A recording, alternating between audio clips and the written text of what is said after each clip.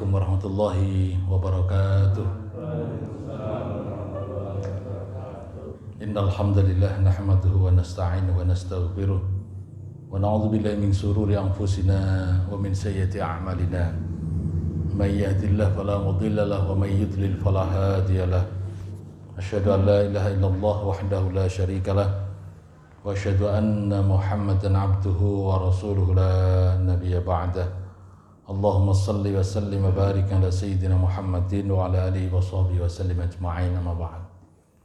Bapak saudara sekalian, jamaah salat Isya yang berbahagia, alhamdulillah puji syukur kehadirat Allah Ta'ala di mana pada malam hari ini kita bisa menjalankan salat Isya dengan berjamaah, yang mana boleh jadi saudara-saudara kita kaum muslimin yang lain tidak sempat atau bahkan tidak bisa menjalankan sholat Isya dengan berjamaah, tapi kita dimudahkan olehnya untuk menjalankan sholat Isya berjamaah.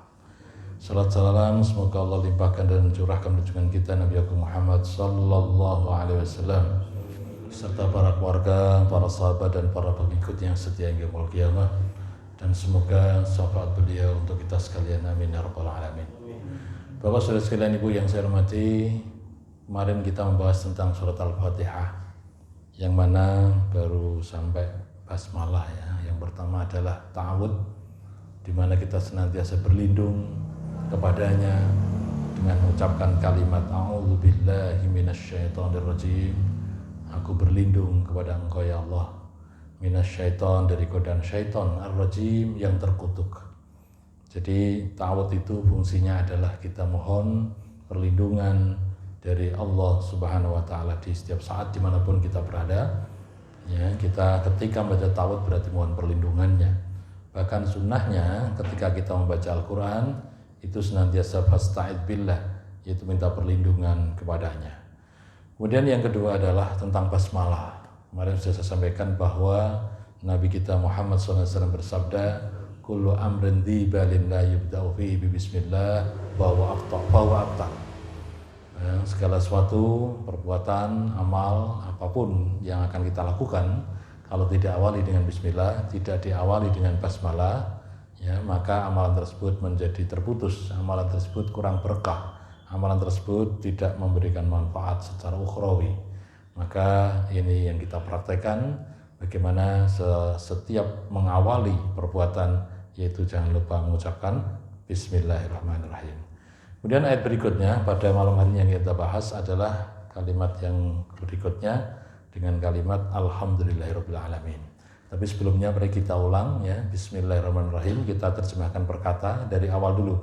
A'udzu, aku berlindung, sama-sama. Billahi, kepada Allah. Minasyaiton, dari godaan syaiton. Ar-rajim, yang terkutuk. Bismillah, dengan menyebut nama Allah. Ar-Rahman, yang maha pengasih. Ar-Rahim, yang maha penyayang. Dua kalimat ini karena ini adalah sering kita baca ya, semoga kita bisa menghafalnya ya. Saya ulangi lagi, a'udzu, aku berlindung. Billahi, kepada Allah. Minasyaiton, dari godaan syaiton. Ar-Rajim, yang terkutuk. Bismillah, dengan menyebut nama Allah. Ar-Rahman, yang maha pengasih. Ar-Rahim, yang maha penyayang. Berikutnya adalah alhamdulillahirabbil alamin. Kita terjemahkan ya. Alhamdu, segala puji. Lillahi, bagi Allah. Rabbi, Tuhan. Al-alamin, alam semesta. Alhamdu, segala puji. Lillahi, bagi Allah. Rabbi, Tuhan. Al-alamin, alam semesta. Bapak sekalian yang saya hormati, khusus untuk tafsir Al-Fatihah memang sengaja saya diktekan per kata karena ini sudah sering kita baca. Bahkan setiap sholat tidak dikatakan sholat, dalam sebuah hadis dikatakan la sholata liman lam yaqra bi fatihatil kitab. Tidak dikatakan sholat kalau di dalam rakaat setiap sholat tersebut tidak membaca surat Al-Fatihah. Makanya minimal kita ini selama ngaji, selama belajar, yaitu bagaimana Al-Fatihah itu ngerti artinya. Ya, apalagi kita ini sudah mempunyai kemudahan ya berupa aplikasi. Sekarang setiap ayat sudah ada terjemahan per katanya. Silahkan ya, Al-Fatihah khususnya karena sering kita baca, yaitu ngerti artinya. Baik, Bapak yang saya hormati, alhamdulillahirabbil alamin. Segala puji bagi Allah Subhanahu wa taala. Jadi di sini dikatakan, saya baca tafsir yang ringkas saja. Kalau yang As-Sa'di itu ternyata panjang sekali. Yang ringkas di sini dikatakan, Bismillahirrahmanirrahim. Ats-tsana'u 'ala Allahi bi sifatihi allati kullu awsafi kamal. Jadi yang dimaksud dengan alhamdulillahirabbil alamin adalah ats-tsana'u, artinya puji-pujian 'ala Allahi, atas Allah Subhanahu wa taala, bi sifatihi, dengan sifat-sifatnya yang mulia, allati kulluha awsafin kamal, yaitu semuanya sifat Allah Subhanahu wa taala adalah kamal, yaitu sifat Allah penuh dengan kesempurnaan. Wa bi ni'amihi dzahirah wal batinah, dan juga nikmatnya Allah taala yang zahirah yang nampak, wal batinah yang tidak nampak. Ya, ad-diniyah wa dunyawiyah, yaitu nikmat berupa diniyah wa dunyawiyah dan duniawiyah. Jadi agama maupun masalah duniawiyah. Bapak sekalian saya hormati, jadi kita ini memahami bahwa segala puji adalah milik Allah. Puji-pujian yang berat itu hanyalah Allah Subhanahu wa taala, karena penuh dengan kemuliaan, penuh dengan kemahakuasaan ya. Karena sifat Allah adalah penuh dengan kesempurnaan. Makanya ini manfaat dan hikmahnya adalah ketika kita ini manusia biasa, itu sebenarnya seandainya kita ini berbuat baik, kita ini beramal ibadah ataupun melakukan suatu amal soleh, tapi kok tidak ada yang memuji, nah, jangan berkecil hati, karena memang kita ini nggak layak dipuji, karena segala puji adalah miliknya Allah Subhanahu wa taala. Ya, ini perlu kita pahami hikmah kenapa kita mengucapkan alhamdulillah, bahwa kita berkeyakinan, kita mempunyai komitmen bahwa segala puji adalah miliknya Allah. Puji-pujian itu yang berat hanyalah Allah Subhanahu wa taala. Tapi kalau kita lihat dan kita lakukan, kalau seandainya ada orang yang kemudian kok dipuji oleh orang lain, itu sebenarnya karena apa? Karena aib daripada orang tersebut ditutup oleh Allah Subhanahu wa taala. Ya, misalnya si A memuji kepada si B, ya, karena yang nampak oleh si A ketika melihat si B itu adalah kebaikannya. Maka saat itulah datang yang namanya pujian kepada si B, ya, A kemudian memuji si B.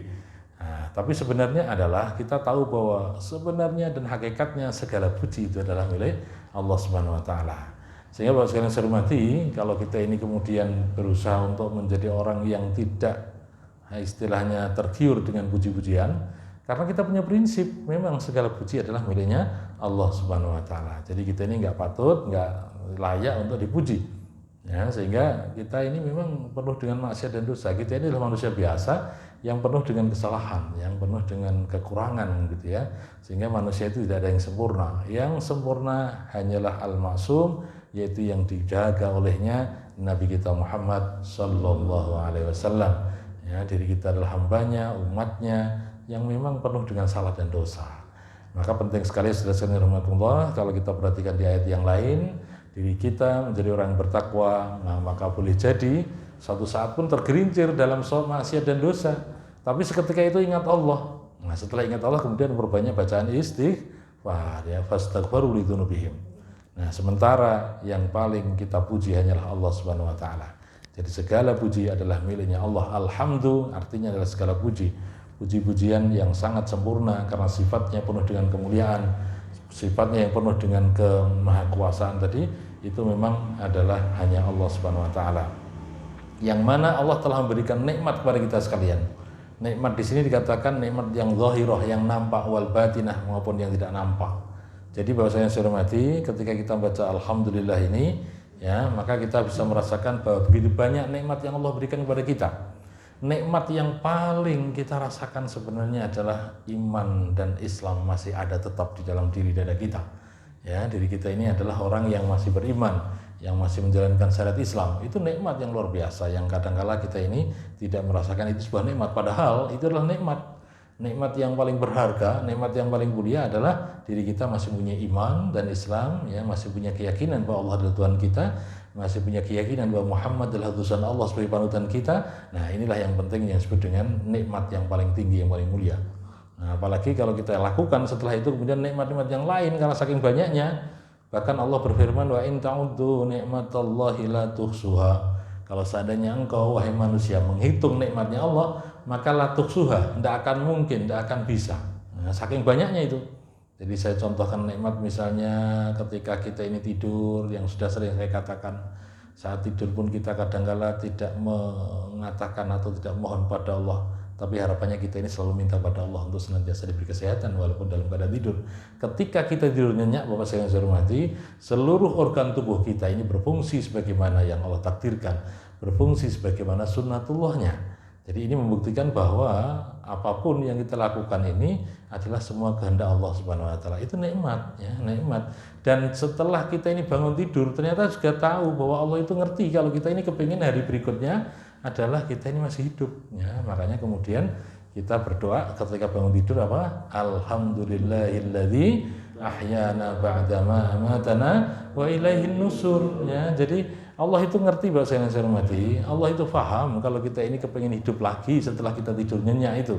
Ya, saking ngertinya, saking pahamnya, sebagai ucapan terima kasih kita kepadanya, kemudian kita berdoa, doa bangun tidur. Ya, segala puji bagi Allah. Itu artinya adalah alhamdulillahilladzi, segala puji bagi Allah, alladzi yang ahyana, telah menghidupkan kembali.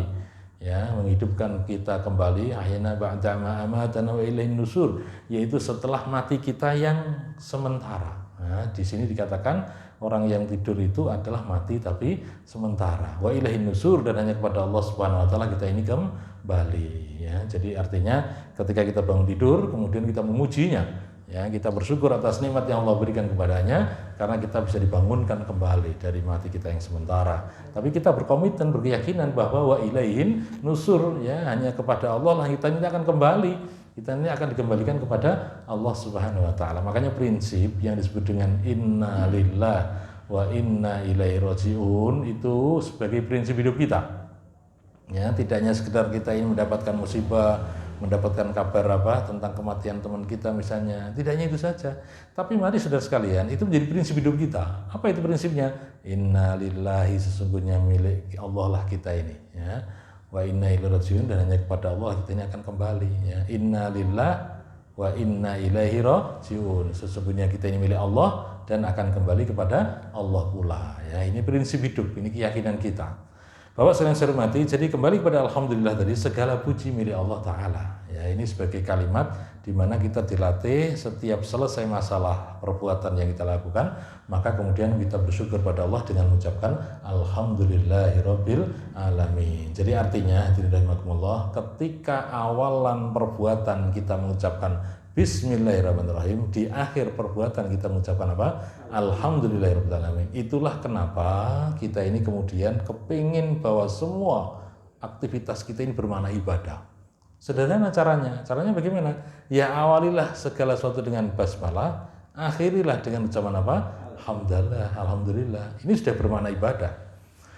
Hadirin rahimakumullah, kalau kita perhatikan ya ayat yang mengatakan a'udzubillahi minasyaitonirrajim wa ma khalaqatul jinna wal insa illa liya'budun, ya. Tidaklah aku menciptakan manusia dan jin kecuali manusia dan jin itu beribadah kepadaku, yaitu kepada Allah Subhanahu wa taala. Nah, artinya apa? Memang fungsi tugas kita sebagai manusia itu beribadah kepada Allah. Disinilah tadi saya katakan kenapa kita ini mencoba untuk setiap saat perbuatan, tingkah laku, ucapan apapun juga itu kita maknai sebagai ibadah. Ya, jadi yang namanya ibadah itu kalau kita lihat sebenarnya ada dua. Ada yang sifatnya ibadah mahdhah dan ada sifatnya ghairu mahdhah. Sifatnya khusus dan umum. Khusus itu apa? Yaitu ibadah yang tata cara, perbuatan, tingkah lakunya itu sudah ditentukan oleh Allah Ta'ala. Ya, perbuatan atau amalan tersebut sudah ada syarat rukunnya yang jelas. Itu namanya yang khusus.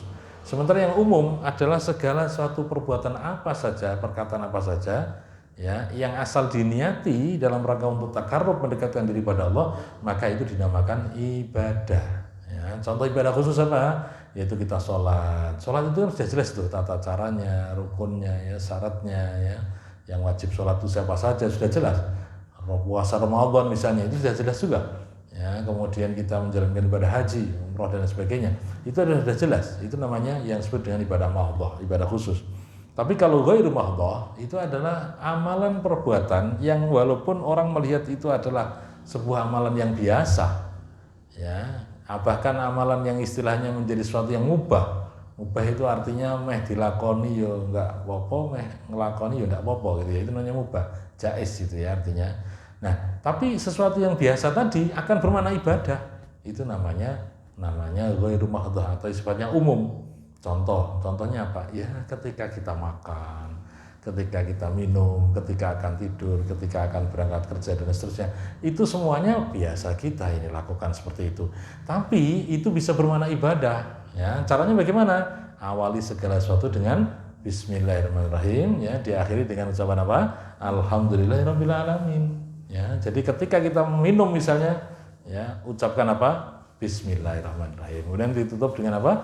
Alhamdulillahirabbil alamin. Itu sudah bermakna ibadah insyaallah. Ya, termasuk ketika kita bekerja, kita melakukan aktivitas pekerjaan di kantor, ya, dimanapun kita bekerja sesuai dengan job masing-masing, kemudian ngawali pekerjaan tadi dengan ucapan Bismillah, ya, kemudian diakhiri dengan Alhamdulillah, itu pun juga bermakna apa? Ibadah insyaallah. Nah, inilah hadirin rahimakumullah. Makanya dua ayat ini, ayat yang pertama dan yang kedua, ini menjadi prinsip hidup kita, yaitu ngawali kita dengan basmalah, ya, mengakhiri perbuatan kita dengan alhamdulillah. Hadirin rahimakumullah, di sini katakan Rabbil alamin. Allah, ya, tadi yang segala puji milik Allah taala itu adalah Rabbil alamin, adalah menguasai alam semesta raya ini. Jadi di sini dikatakan bahwa wa fi dhamnihi amrun li ibadati ayyahmudu, yaitu di dalam pengumpulannya suatu perkara ini untuk hambanya adalah senantiasa hambanya untuk memujinya.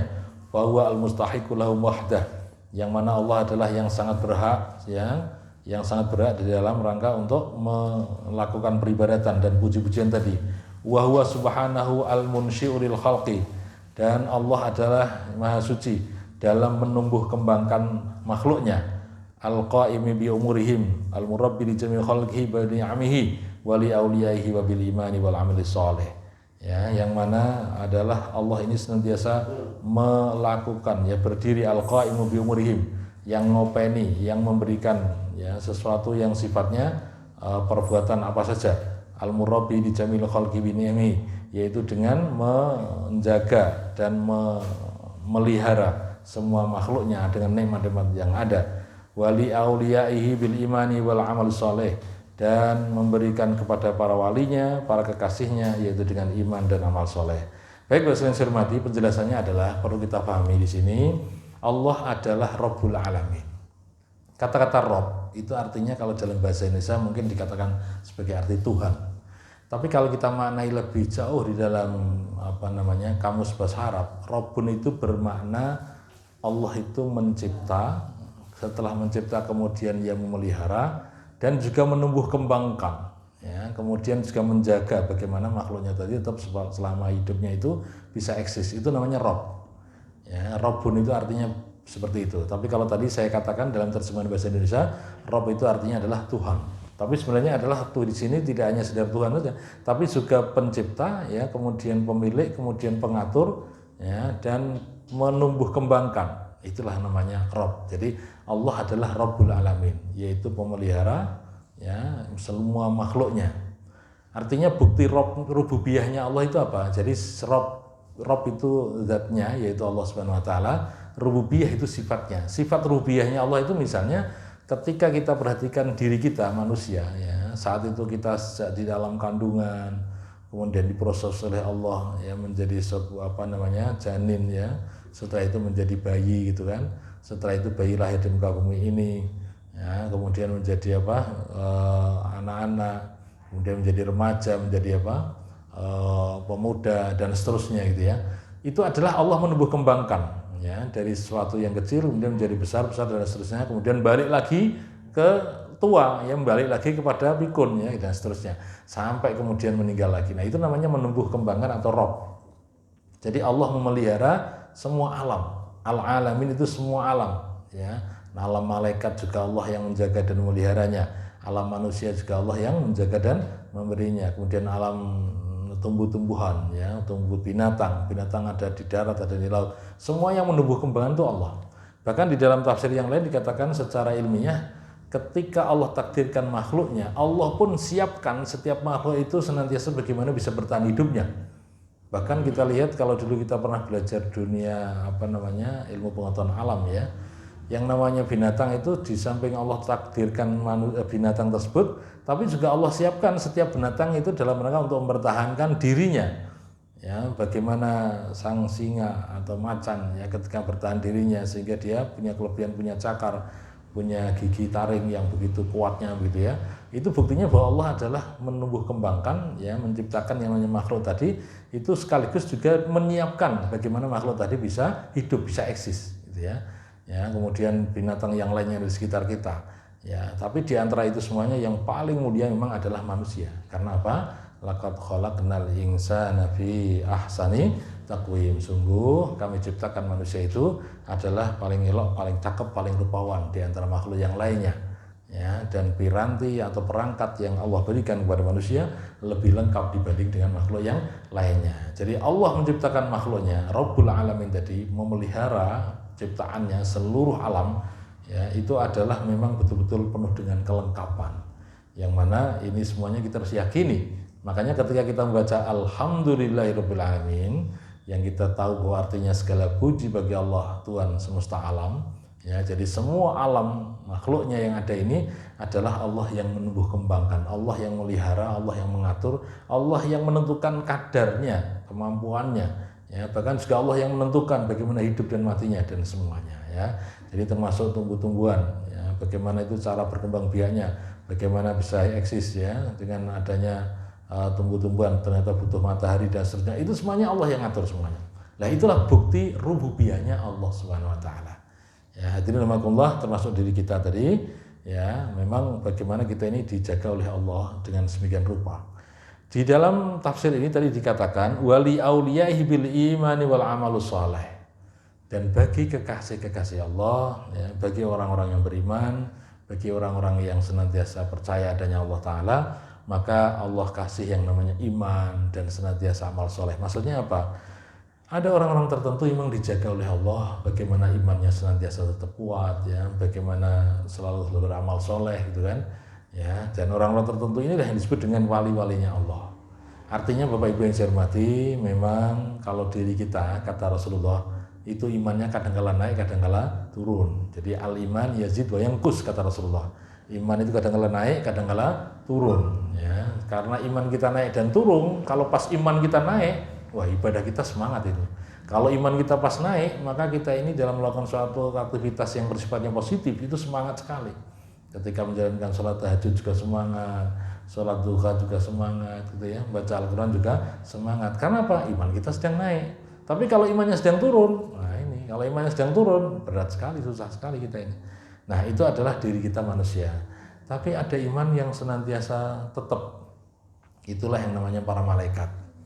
Malaikat itu imannya tetap karena memang tidak punya hawa nafsu. Dia ya seperti itu terus gitu kan. Ya, jadi yang namanya malaikat tetap namanya istiqomah dalam beriman.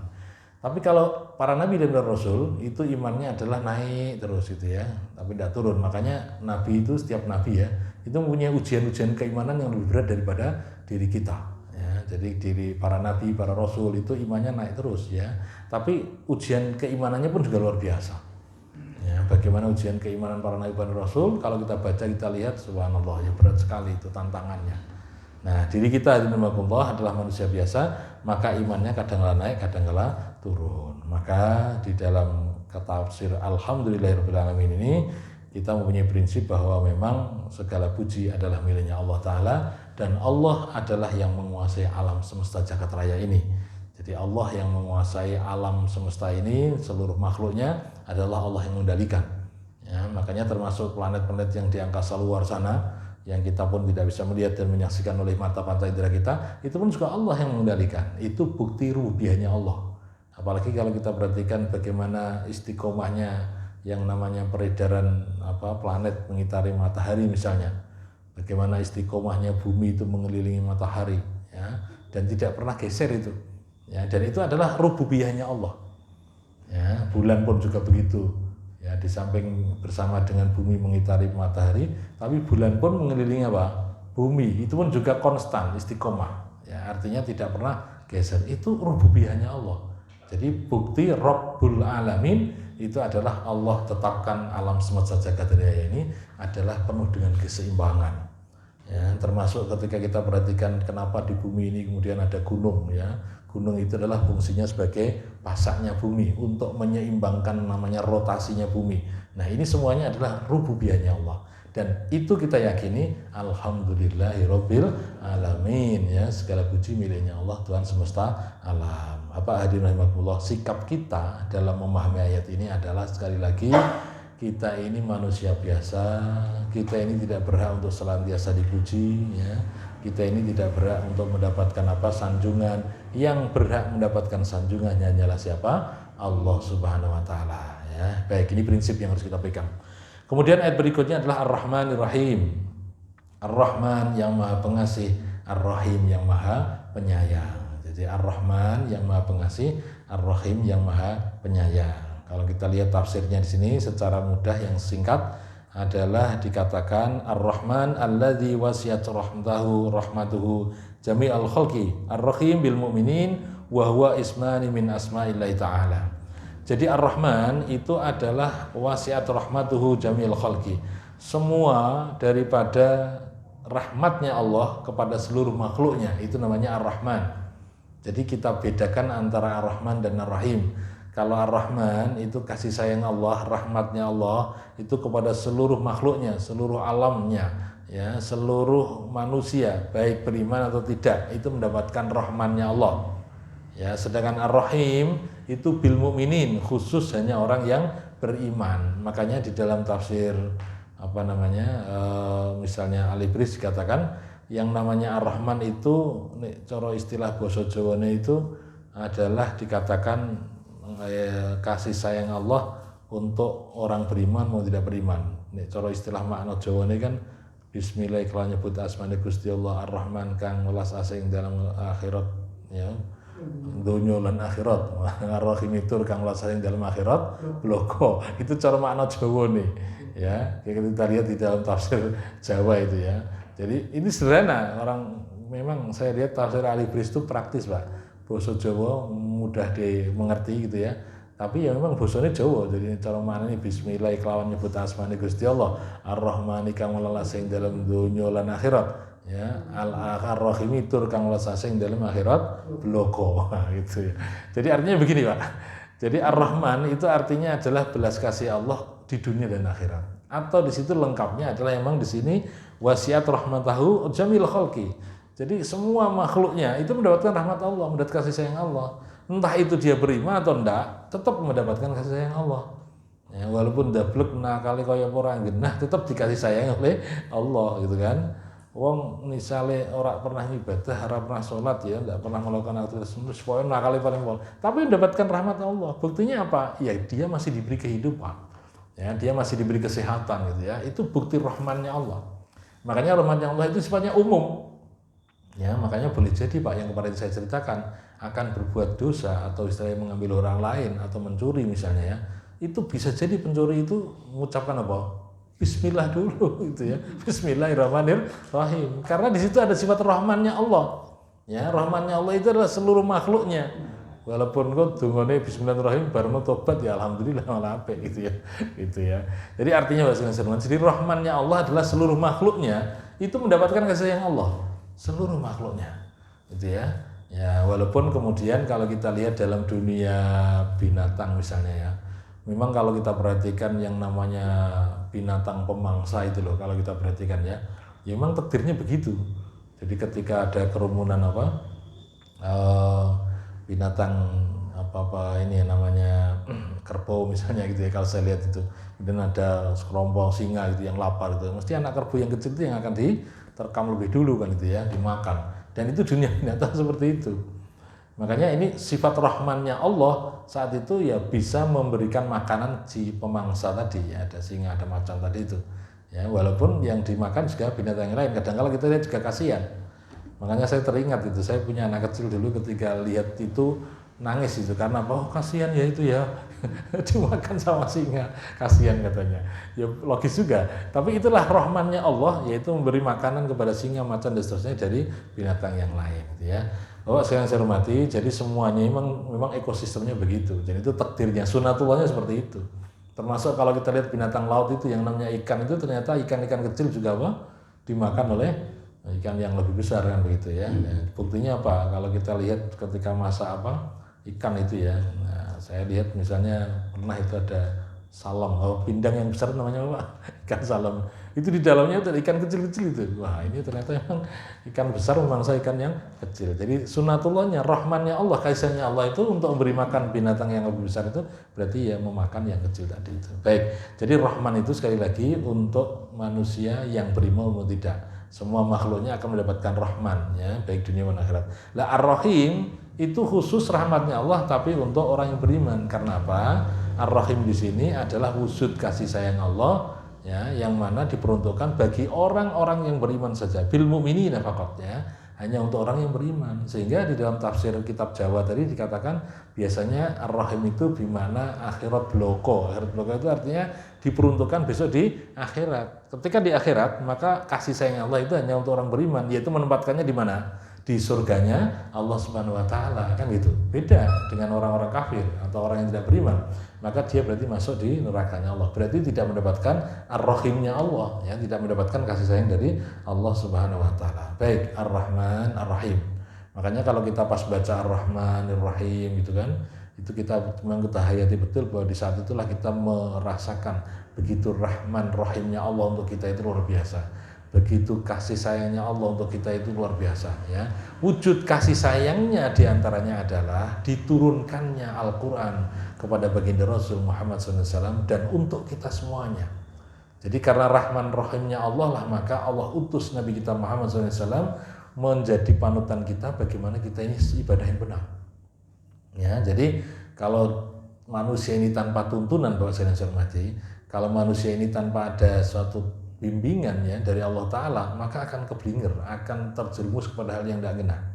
Walaupun otak kita, manusia kita atau insting juga ya di dalam diri kita ini, sanubari kita ini kadang-kala bisa membimbing untuk yang baik, tapi lain ketika sudah mendapatkan wahyu, yaitu kalam ilahi, firman-Nya Allah Subhanahu wa taala. Jadi salah satu rahmatnya Allah adalah Allah utus manusia pilihan, yaitu Nabi kita Muhammad sallallahu alaihi wasallam bersama Al-Qur'an untuk membimbing kita bagaimana kita ini adalah menuju kepada Allah yang benar.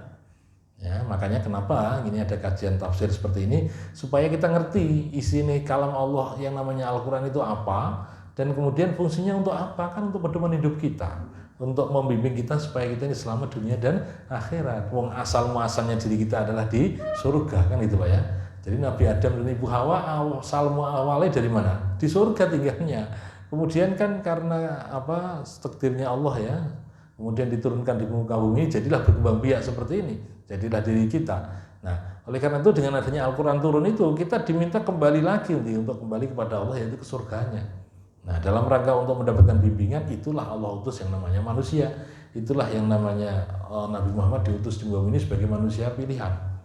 Baik itu bentuk daripada Rahman dan Rahimnya Allah ya untuk kita sekalian. Di antaranya adalah telah diutusnya Nabi Muhammad Sallallahu Alaihi Wasallam. Ya, maka mari kita jadikan beliau sebagai panutan, maka kita jadikan beliau ini sebagai teladan ya dalam seluruh aktivitas kita. Semoga kita betul-betul diakui menjadi umat beliau dan nanti mendapatkan syafaat dari beliau Nabi Muhammad Sallallahu Alaihi Wasallam. Yang berikutnya bahasa saya hormati adalah ayat Maliki Yaumiddin. Ya, jadi Allah adalah Malik Yaumiddin. Malik itu penguasa, Yaumi hari, Ad-Din pembalasan. Coba ditirukan dulu, Maliki penguasa sama-sama. Maliki penguasa. Yaumi hari, Ad-Din pembalasan. Ya, Maliki penguasa, Yaumi hari, Ad-Din pembalasan. Saya ulangi lagi, a'udzu saya berlindung billahi kepada Allah minasyaiton dari godaan syaiton ar-rajim yang terkutuk. Ya, bismillah dengan menyebut nama Allah Ar-Rahman yang Maha Pengasih, Ar-Rahim yang Maha Penyayang. Alhamdulillah segala puji lillahi bagi Allah Rabbi Tuhan Al-Alamin semesta alam. Ya, Ar-Rahman yang Maha Pengasih, Ar-Rahim yang Maha Penyayang. Ya, Maliki penguasa, yaumi hari ad-din pembalasan. Baik, jadi Allah adalah Maliki Yaumiddin, yaitu penguasa hari pembalasan. Jadi kita ingat Pak, kalau pas baca Maliki Yaumiddin, Allah adalah yang menguasai hari pembalasan. Sebenarnya fungsinya supaya kita ini adalah ingat bahwa yang namanya hidup di dunia adalah sementara. Bahwa kita ini adalah melakukan suatu perjalanan yang panjang sekali, sejak di alam ruh, di alam azali, kemudian di alam kandungan, kemudian sekarang kita di alam dunia, ya. Kemudian nanti kita akan masuk di alam akhirat. Pintu akhirat itu mulai mana? Mulai lepasnya nyawa kita dari badan kita. Itu yang disebut dengan alam barzah. Ya, jadi kalau orang itu sudah meninggal dunia Bapak sekalian, itu berarti dia sudah masuk pintunya akhirat. Ya, karena sudah tidak di dunia lagi, berarti masuk di pintu akhirat. Dan itu pun masih lama, yaitu di alam penantian, alam barzah. Nunggu kapan hancurnya dunia ini. Ya, nunggu kapan yang namanya datangnya hari kiamat. Padahal di dalam sabda Rasul mengingatkan kepada kita, selama menungso ning dunya isih iso ngucap Allah Allah, maka kiamat tidak akan terjadi, gitu ya. Tapi kita tahu dalam hadis yang sahih juga, kiamat yaitu jatuh pada hari apa? Jumat. Ning Jumate kapan ora ngerti ya, rasa diramal sok tanggal 2022 udah usah ya, enggak ada yang ngerti ya bahwa yang namanya kiamat yang tahu hanyalah Allah Subhanahu wa taala. Tapi kita tahu Maliki Yaumiddin, bahwa yang merajai, yang menguasai hari pembalasan itu adalah Allah Subhanahu wa taala. Wa huwa subhanahu wahdah maliki yaumil qiyamah. Dia adalah yang maha suci bagi Allah, yang esa, yang mana maliki yaumil qiyamah, yang memiliki hari kiamat, ya, penguasa hari kiamat. Wa huwa yaumul jazaa 'alal a'mal. Itulah yang dimaksud dengan hari pembalasan setiap amal. Wa fi qiraatil muslim li hadhil ayah fi kulli raqnatin fi sholawati tadhkirun lahu bil yaumil akhir, ya. Bagi seorang muslim ketika membaca ini, oh ini ternyata ditulis ya. Bagi seorang muslim ketika membaca ayat ini, fi kulli raqnatin, setiap rakaat di salah saat salat min sholawatihi, yaitu tadhkirun lahu, dalam rangka untuk mengingat baginya yang disebut dengan yaumil akhir, hari akhirat. Wa hathun alahu alal istidad bil amali sholih wal kafun alil ma'asi was sayyiat. Dan ketika membaca Maliki Yaumiddin ini pula, itu menjadi hathun. Hathun itu artinya adalah nasihat. Akan memberikan nasihat bagi kita sekalian untuk al-istidad bil amali sholeh. Untuk istidad itu artinya mempersiapkan diri, yaitu dengan memperbanyak apa? Amal sholeh. Wal kafu anil ma'asi, dan meniadakan atau mencegah anil ma'asi, dari perbuatan maksiat, wasayyiat, dan perbuatan yang jelek. Hadirin rahimakumullah. Jadi dalam tafsir ini diingatkan kita ini ketika baca Maliki Yaumiddin, kita ini sebagai seorang muslim ketika baca ayat ini, maka kita ingat bahwa nantinya ada yang namanya hari kiamat, nanti ada yang namanya yaumul akhir, ya, hari akhirat. Ya, tadi saya katakan kalau manusia perjalanannya kita ini sekarang di dunia, besok kemudian di alam barzah. Alam barzah itu artinya alam kubur. Ya, kalau kita lihat yang nampak itu kuburan, tapi ini alam kubur tidak nampak, gitu Pak ya. Kalau kita ini ke Gedawang misalnya, ke kelurahan itu ada kuburan besar kan itu namanya kuburan. Tapi kalau yang tidak nampak namanya apa? Alam kubur. Walaupun toh meninggalnya di laut misalnya, walaupun jasadnya hilang dimakan oleh makanan oleh makanan ikan gitu ya, tapi tetap itu sudah masuk di alam apa? Alam kubur, ya, walaupun tidak di kuburan gitu loh, ya. Alam barzah itu namanya, alam penantian, ya. Nah, nyawanya kemana Pak? Ya sudah langsung kepada Allah, ya. Yang mungkin masih sok nyasar ke sana kemari itu paling apanya itu, ya, korinnya atau bahkan sukmone, ya. Tapi kalau nyawanya langsung kembali kepada Allah Subhanahu wa taala. Ya, ketika di alam barzah itu Pak, kita masih nunggu. Bapak Ibu yang saya hormati, masih nunggu kapan datanya dino kiamat. Ya, dan ayat ini mengingatkan bahwa yang merajai, yang memiliki itu adalah Allah hari kiamat besok itu. Nah, kemudian yang namanya penantian tadi di alam barzah, di alam kubur itu Pak, ternyata juga dikatakan mendapatkan nikmat kubur dan siksa kubur. Kita harus yakin itu.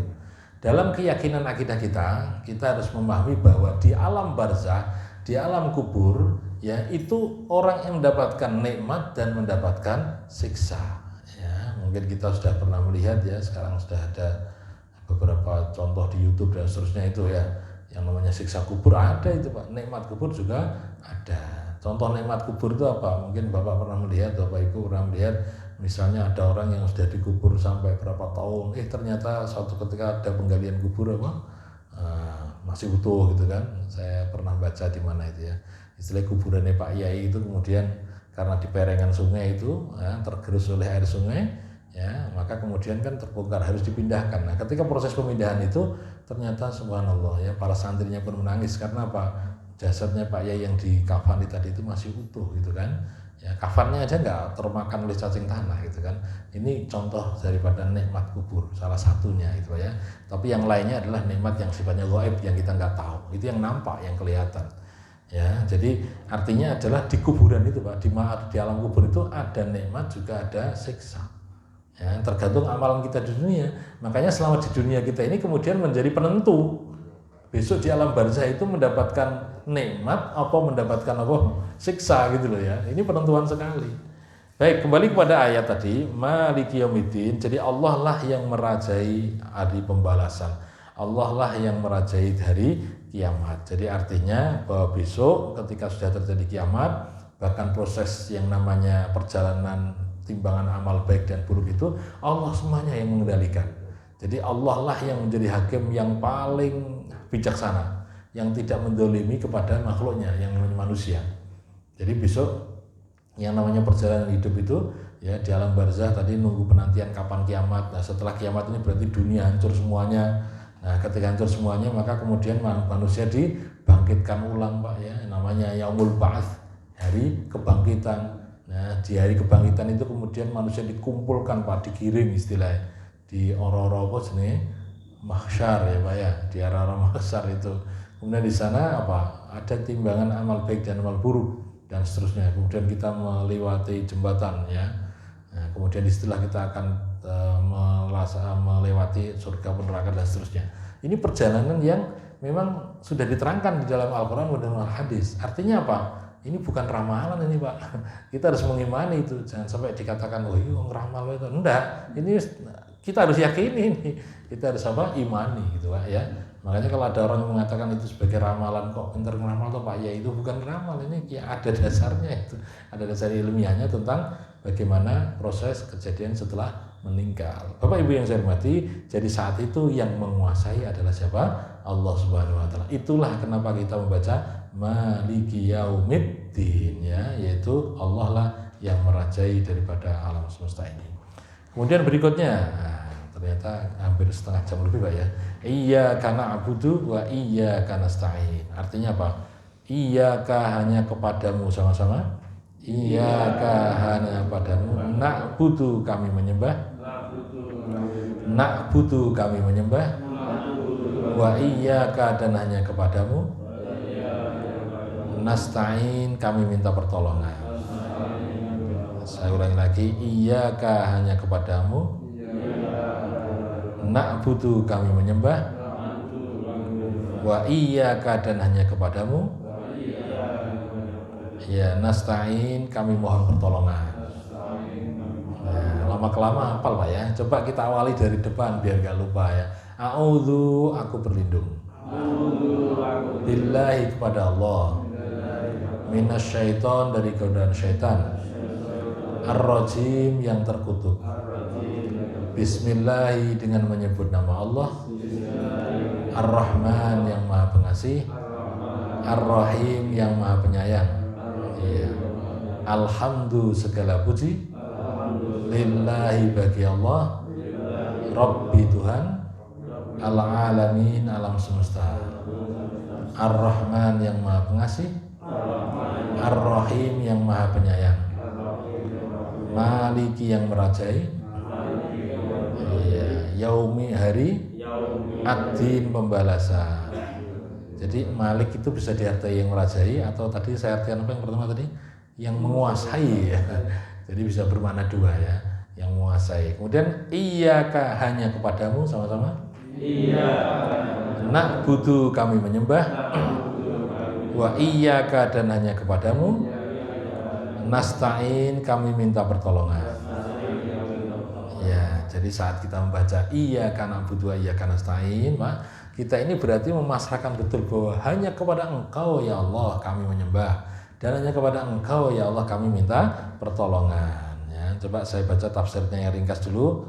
Inna nakhussuka wahdaka bil ibadah. Sesungguhnya kami mengkhususkan kepada Engkau ya Allah, yaitu mengkhususkan yang namanya ibadah. Wa nasta'inu bika wahdaka. Begitu juga kami ini minta pertolongan kepada Engkau ya Allah fi jami' umurina, yaitu di setiap semua perkara-perkara kami. Fal amru kulluhu biyadik, bahwa semua perkara, semua apa saja itu adalah biyadik, adalah di tanganmu, artinya di bawah kekuasaanmu. La yamliku minhu ahadun mithqala dzarrah. Tidak ada seseorang itu memiliki sedikit pun walaupun mithqalu dzarrah, yaitu seberat biji sawi. Jadi nggak ada kepemilikan atau istilahnya tidak ada penguasaan kecuali memilih Engkau ya Allah. Wa fi hadhil ayat dalilun ala annal 'abda ya la yajuzu lahu ayusrifu syai'an min anwa'il ibadah kadua wal isti'anah wa dzabhi wa tawaf illa lillah. Jadi ayat ini menjadi dalil, ya di sini dikatakan wa fi hadhil ayat ini menjadi dalil bahwa seorang hamba itu tidak boleh untuk memalingkan peribadatan kepada selain Allah. Artinya apa? Dalam beribadah itu tidak boleh melakukan peribadatan kepada selain Allah. Min anwa'il ibadah, yaitu dari semua jenis ibadah. Seperti doa, berdoa, wal istighosah dan minta pertolongan, wadzabhi dan menyembelih binatang korban, wa tawaf dan tawaf illa lillah, kecuali hanya untuk Allah wahdah yang esa. Wa fiha sifaul qulub min da'it ta'alluqi bi ghairillah, dan ayat ini menjadi sifaul qulub, yaitu obat hati, yaitu dari selain Allah Ta'ala. Wa min amradir riya, yaitu dari penyakit yang namanya riya, ujub dan sombong, takabur. Bapak sekalian saya hormati, secara garis besar saya katakan bahwa ketika kita baca iyyaka na'budu wa iyyaka nasta'in, berarti punya prinsip bahwa hanya kepada Engkau lah ya Allah kami menyembah, dan hanya kepada Engkau lah ya Allah kami minta pertolongan. Menyembah sama minta pertolongan duluan mana Pak? Menyembah Pak ya. Jadi coba kita sedikit berlogika. Na'budu didahulukan daripada nasta'in. Kita ini nyembah dulu baru minta pertolongan. Maksudnya apa Pak? Maksudnya begini. Bapak sekalian saya hormati, kita ini kan segala sesuatu butuh, itu mesti mintanya kepada siapa?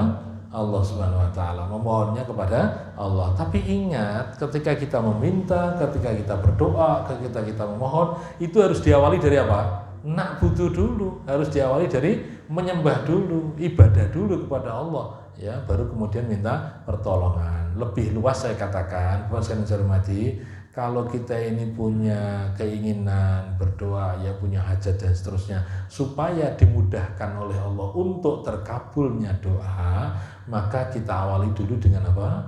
Ibadah, na'budu ya. Na'budu itu kita dahulukan.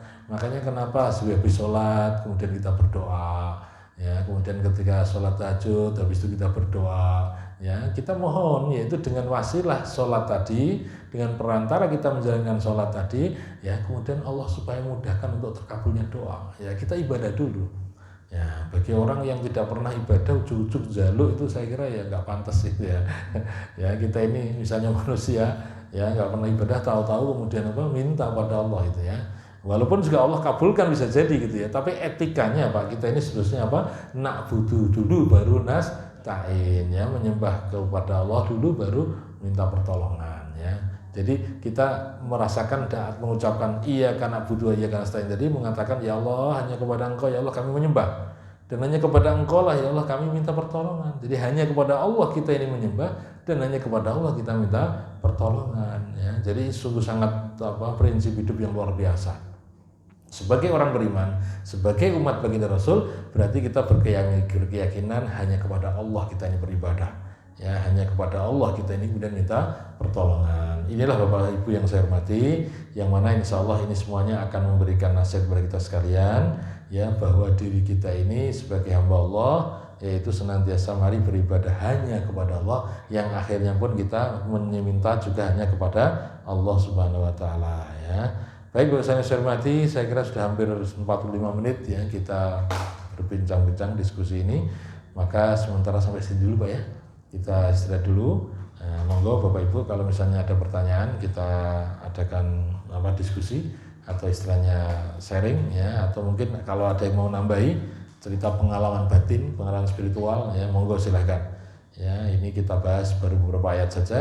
Nanti kita lanjutkan ayat ihdinas siratal mustaqim ya, siratal ladzina an'amta alaihim ghairil maghdubi alaihim waladdallin, terus amin ya. Nanti kita lanjutkan di pertemuan yang akan datang insyaallah.